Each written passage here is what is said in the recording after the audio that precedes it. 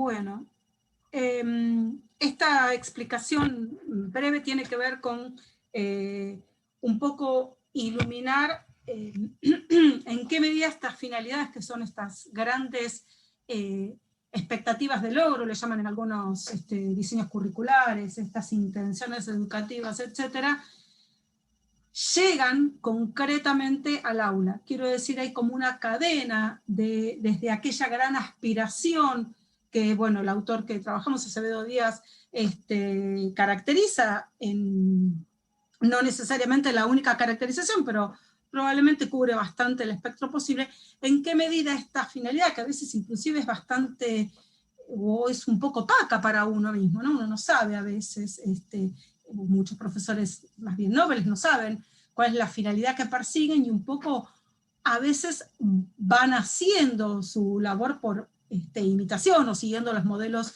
que han tenido en sus propias biografías escolares. Entonces, las finalidades de la educación científica nos permiten responder ¿para qué enseñar ciencias? Un poco, a mí me gusta hacer el ejercicio de cuando una estudiante nos pregunta, bueno, pero ¿para qué tengo que aprender esto? Bueno, nosotros debemos tener una respuesta para cada una de las cosas que damos. No podemos decirle, bueno, porque lo vas a ver más adelante, bueno, porque eso te va a servir. Eso solamente es patear la pelota, pero significa no haber podido reflexionar sobre para qué estoy enseñando esto. Entonces, algunas de las finalidades son, como ustedes van a ver en el material teórico, formar ciudadanos críticos, esta visión propedéutica que tiene como horizonte los estudios superiores, universitarios muy generalmente, capacitar para el mundo del trabajo, estas competencias que sirven para desarrollarse eficientemente en el mercado laboral, preparar para la vida cotidiana, quiere decir, bueno, esto que aprendo en las clases de biología, de física, deberían servirme para manejarme mejor en la vida diaria, formar futuros científicos, y hay algunas otras finalidades posibles, pero estas son algunas. Ahora bien, todas estas finalidades lo que nos deben permitir es definir unos objetivos generales. O sea, de esta gran finalidad, supónganse que yo digo, bueno, yo, mi finalidad como docente de biología en la secundaria, en el profesorado de Veré, es preparar para la vida cotidiana. Si esa es mi finalidad, si eso es aquello a lo que yo quisiera que mis estudiantes llegaran, bueno, esas finalidades van a determinar algunos objetivos generales, y de estos objetivos generales se van a corporizar, a concretizar objetivos específicos. Ahora esto necesariamente me obliga a definir qué son unos y qué son otros. Entonces, los objetivos generales comprenden unas metas que pueden ser logradas o no a largo plazo. Pero a largo plazo es algo medio vidrioso. ¿Qué sería concretamente? Bueno, es muy probable que ni siquiera logre ver si se alcanzaron en mi curso o inclusive al final de la escuela. ¿Por qué? Y porque en realidad estos objetivos generales son tan abstractos, no se vinculan con un contenido concreto, fotosíntesis o mecánica respiratoria o lo que fuera, sino que van a ser aquel marco en el que yo voy a plantear los objetivos específicos. ¿Esto qué quiere decir? Bueno, de la suma de todas estas actividades, experiencias, estrategias que aprendan los estudiantes, yo querría que lograran, cuando fueran adultos o inclusive aún estando en la escuela, que lograran algunas metas que no tienen que ver concretamente con un contenido, sino, por ejemplo, este es el típico objetivo general, que alguien o algunos adquieran o asuman conductas saludables, que coman adecuadamente, que tengan relaciones sexuales protegidas, que observen la toma de antibióticos, lo que fuera, que no se expongan a radiaciones. Yo no sé si lo van a lograr, probablemente no lo vea yo. A lo que aspiro es que con el enfoque, con el modo de presentar mis contenidos, yo logre tal vez con la colaboración de otras materias o de otras temáticas de mi propia materia, en algún momento los alumnos y las alumnas asuman conductas saludables. No es probable verlo concretamente. Sin embargo, para lograr estos objetivos generales, tengo que abordar algunos específicos. Y como su palabra lo indica, estos objetivos sí se vinculan directamente con contenidos y pretenden ser identificados a través de metas a corto plazo, al finalizar esta clase, o al finalizar esta unidad didáctica, o al finalizar el trimestre. Pero la clave es que estos objetivos específicos dan cuenta de habilidades, estrategias que se vinculan directamente con un contenido científico. Ahora vamos a ver algún ejemplo. Pero la clave es que casi como una rémora, una reminiscencia del viejo conductismo, estos objetivos deben ser observables. Yo debo lograr ver que el estudiante sabe plantear una hipótesis, que la alumna puede elaborar una argumentación, que los estudiantes pueden resolver un problema abierto, que son capaces de construir una red conceptual. Debo verlo, porque en esa observación yo puedo determinar, y él y ellas deben poder determinar si lograron ese objetivo. Por ejemplo, si yo planteo que identifiquen las dimensiones que impactan en la salud de las poblaciones, bueno, los estudiantes podrían hacer una enumeración, una descripción, y entonces yo estoy viendo si se les escapan algunas dimensiones, solo piensan en el aspecto biológico, o si contemplan, por ejemplo, el acceso a la vivienda o la educación como una dimensión que impacta en la salud. Pero fíjense que es muy diferente a que alguien asuma una conducta saludable. Acá concretamente tienen que hacer algo, que es enumerar, identificar lo que fuera. Ahora bien, cuando yo planteo que estos objetivos deben ser observables, un objetivo específico, eso significa que yo, y vamos a retomarlo esto en evaluación, debo necesariamente comunicar que esto es un objetivo a lograr. ¿Por qué? Porque esto sintoniza con aquello que les contaba yo en los mandamientos, de que los estudiantes sean metacognitivamente activos. Y puede saber si aprendió o no aprendió algo, le hace ser metacognitivamente activo respecto de su cognición, si no sabe qué era lo que tenía que lograr. ¿Se entiende esto que parece una sutileza?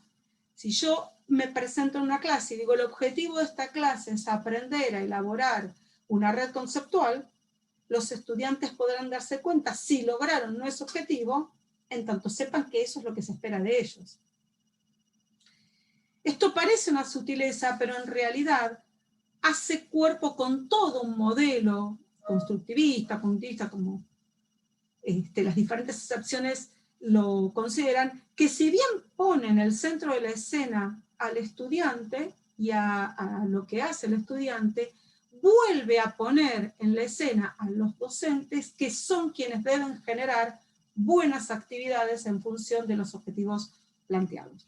Entonces, lo que suele suceder, y esto es muy común en los profesores y profesoras que recién empiezan, es que hay algo que se suele llamar como el orden interno.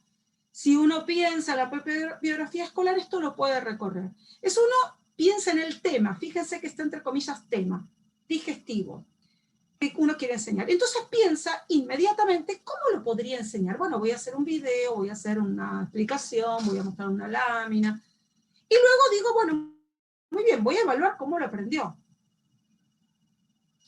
Entonces fíjense que esta secuencia que parece casi como natural, veo qué voy a dar, veo cómo lo voy a dar y voy a ver cómo lo evalúo, en realidad omite una buena parte que tiene que ver con qué hacen los estudiantes. Lo que uno debería reflexionar es, primero, ¿qué es lo que queremos que nuestros alumnos sepan? ¿Qué quiero que sepan? La definición de cromosoma, quiero que sepa cómo se transmite la información genética, quiero que identifique cómo hay sustancias mutagénicas. No sé, es una pregunta. La segunda es pensar qué cosas, qué actividades tendrían que las estudiantes poder hacer, y fíjense que digo y resalto poder hacer y decir. Quiere decir, que es algo que vamos a ver un poco más adelante, que ya me va a interesar no solo que hagan mecánicamente algo, sino que puedan explicitar, escribir, sobre todo escribir, aquello que hicieron. ¿Por qué? Y bueno, porque mientras lo pueden decir o lo hacen, esto es mi ventana a identificar si lo aprendieron. Yo dije que los objetivos deben ser observables. Entonces, en la medida en que proponga a los estudiantes participar de actividades que los obliguen o los estimulen a hacer y hablar, puedo ir identificando cuánto aprendieron o no. Y luego lo que sí después tengo que pensar es, una vez que sé qué quiero que sepan y qué quiero que hagan, o sea, qué habilidades quiero que logren, debo pensar cuáles son mis intervenciones didácticas, cuáles son las mejores vías, los mejores caminos para lograr aquello que dije y seleccioné en 2. ¿Qué pueden hacer y qué pueden decir? Porque esas son las formas de saber si logré los objetivos. Y recién después me plantearé de qué manera voy a evaluar. ¿Y qué voy a evaluar? ¿Voy a evaluar los nombres de todas las montañas de América o de todos los bivalvos que hay en el río de la Plata? ¿O voy a evaluar cómo es que se caracteriza un animal de tal manera, etcétera? ¿Y cómo lo voy a evaluar? Voy a evaluarlo a través de un trabajo práctico, lo voy a evaluar a partir de la identificación en un documental de los conceptos trabajados, lo voy a evaluar en la medida en que puede dar cuenta de algún modelo teórico y por qué un modelo teórico sirve para una cosa o no. Entonces, fíjense que en realidad el camino es bien diferente. Lo que tengo que plantear es cuáles son mis objetivos. Y mis objetivos necesariamente se van a vincular con las finalidades. Si yo pretendo que mis estudiantes estén bien preparados, sin juicio de valor, como decía Diego, para que aprueben el CBC o aprueben un examen de ingreso, mis actividades van a ser muy diferentes de aquella finalidad que guiara hacia, por ejemplo, la participación en la vida ciudadana. Son totalmente diferentes. En una me centraré en aquellos datos que la universidad va a pedir y en la otra pensaré, por ejemplo, cómo puedo hacer para que un estudiante sea democráticamente activo, participativo, solidario, etc. Otra vez, resulta difícil no plantear un juicio de valor, pero de verdad que no lo hago. Pienso en que hay una u otra finalidad, de acuerdo, por supuesto, a cuestiones ideológicas, y lo único que en tal caso resalto es la necesaria coherencia. Si pretendo que mis estudiantes, mi finalidad sea propedéutica, no podré dedicarme a ciertas competencias que tienen que ver, por ejemplo, con, no sé, pensamiento crítico, porque no es aquello que se va a demandar, por ejemplo, como decían ustedes, en el CBC. Entonces, básicamente, en esto, como en otras situaciones, lo que les planteamos es la necesaria coherencia. Bien, dudas, comentarios, y si no, cerramos. Yo enseñé de la misma forma, pero no enseñé cómo se... Listo, nada nuevo. ¿Dudas, comentarios? Subimos... Priscila, ¿estás haciendo una consulta? No. No. Bien. Muy bien, me pareció. Entonces, bueno, vamos a subir estos dos PowerPoint por si los necesitan para resolver la actividad, si les resulta útil volverlos a mirar. O sea, aquí tengo una pregunta. Sí, Mariana. Sí o sí tiene que haber una finalidad, no tiene que haber más de una finalidad, uno se centra o depende del tema, o no. No, vos podrías tener una finalidad, podrías querer que los estudiantes, qué sé yo, puedan ser ciudadanos críticos y puedan comprender hechos del mundo. Lo que no podés es conciliar finalidades propedéuticas con una finalidad que tenga que ver con, por ejemplo, no sé, lo que te digo, el mundo del trabajo. Porque los modos de lograr esas finalidades se contraponen. ¿Se entiende, Mariana? Sí. Podés abrazar más de una finalidad. Podrías decir, yo con este tema quiero básicamente, no sé, que los estudiantes sean críticos, suponete en cuestiones que tengan que ver con lo ambiental. Está bien. Pero en este otro tema más me voy a inclinar para cuestiones que tengan que ver con ser, no sé, críticos. Está bien. ¿Sí? Sí. ¿Alguna otra duda o comentario?